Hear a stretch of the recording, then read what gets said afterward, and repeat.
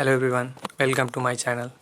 आज के इस वीडियो में हम अयोध्या सिंह उपाध्याय हरिऔध के जीवन परिचय के बारे में पढ़ने वाले हैं।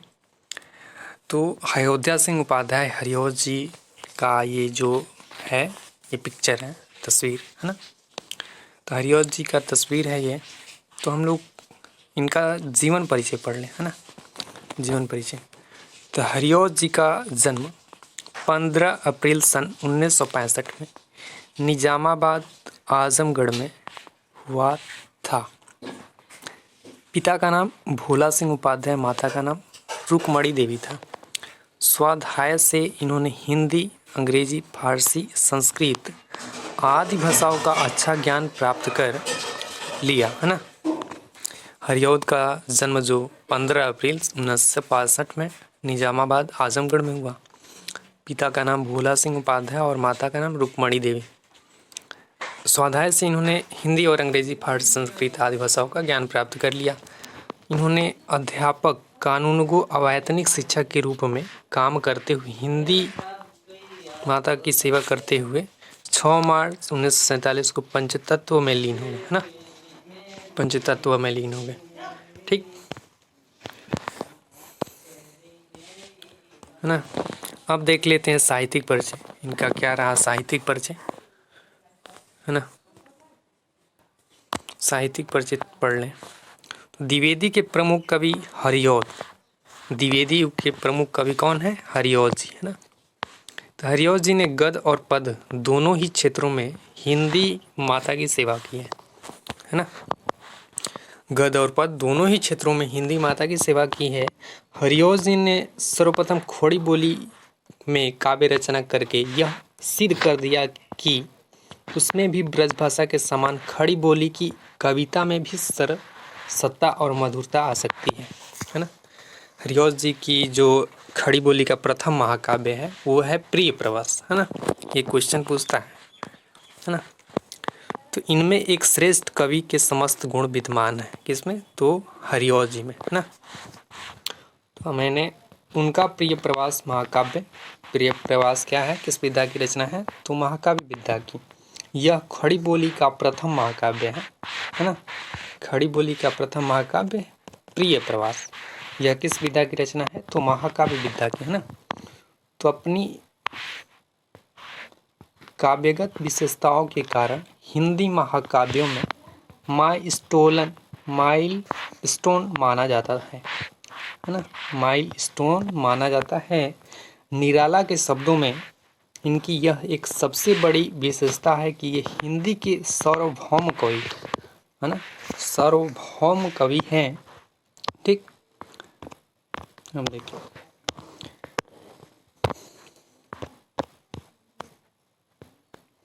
सार्वभौम कवि हैं। खड़ी बोली, उर्दू के मुहावरे, ब्रजभाषा, कठिन सरल सब प्रकार की कविता की रचना कर सकते हैं, है ना। जो अयोध्या सिंह उपाध्याय है वे खड़ी बोली, उर्दू के मुहावरे, ब्रजभाषा, कठिन सरल सभी प्रकार की कविता की रचना कर सकते थे, है ना। अब देख लेते हैं कृतियाँ के बारे में पढ़ लेते हैं। तो हरिऔध जी मूलतः कवि ही थे।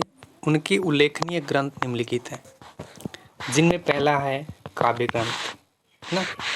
काव्य ग्रंथ में पहला जो है वो है प्रिय प्रवास, है ना। ये महाकाव्य विधा की रचना है ना। तो प्रिय प्रवास मंगला प्रसाद प्रकाश पुरस्कार प्राप्त हरिऔध जी का सबसे प्रसिद्ध और महत्वपूर्ण ग्रंथ है प्रिय प्रवास। यह खड़ी बोली का प्रथम महाकाव्य है। मैंने आपको ऊपर ही बताया, यह खड़ी बोली का प्रथम महाकाव्य है ना। हम देख लो। उसके बाद है दूसरा है जो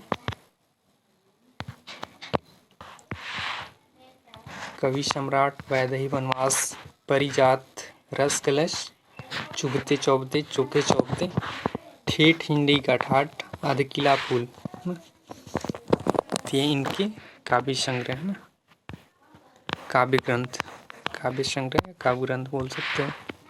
आधे किला फूल, रुक्मणी परिणय, हिंदी भाषा और साहित्य का विकास,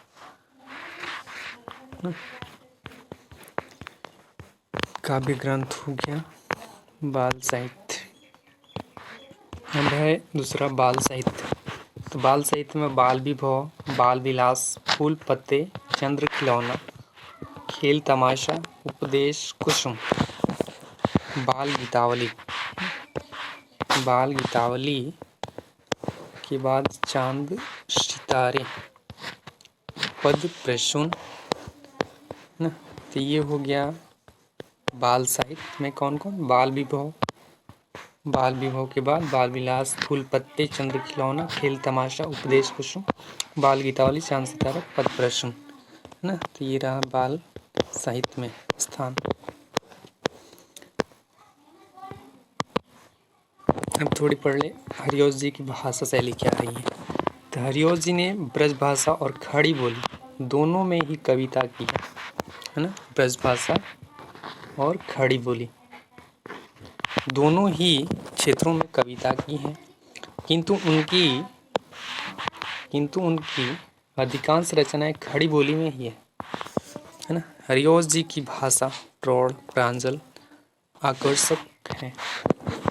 संस्कृत काव्य भाषा शैली प्रिय प्रवास में और रीतिकालीन अलंकरण शैली आधुनिक युग की सरल हिंदू शैली है। उर्दू की मुहावरेदारी शैली आदि के दर्शन हरिऔध जी के काव्य में होते हैं है ना। ये रहा भाषा शैली है। तो हरिऔध जी की जी ने ब्रज भाषा और खड़ी बोली दोनों में ही कविता लिखी हैं, किंतु अधिकांश जो रचनाएं हैं उनका वो है खड़ी बोली में ही लिखी गई हैं।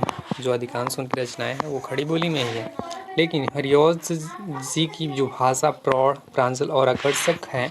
संस्कृत काव्य शैली प्रिय प्रवास में और रीतिकालीन अलंकरण शैली आधुनिक युग की सरल हिंदी शैली, उर्दू की मुहावरे शैली आदि के दर्शन हरिऔध जी के काव्य में होते हैं ना।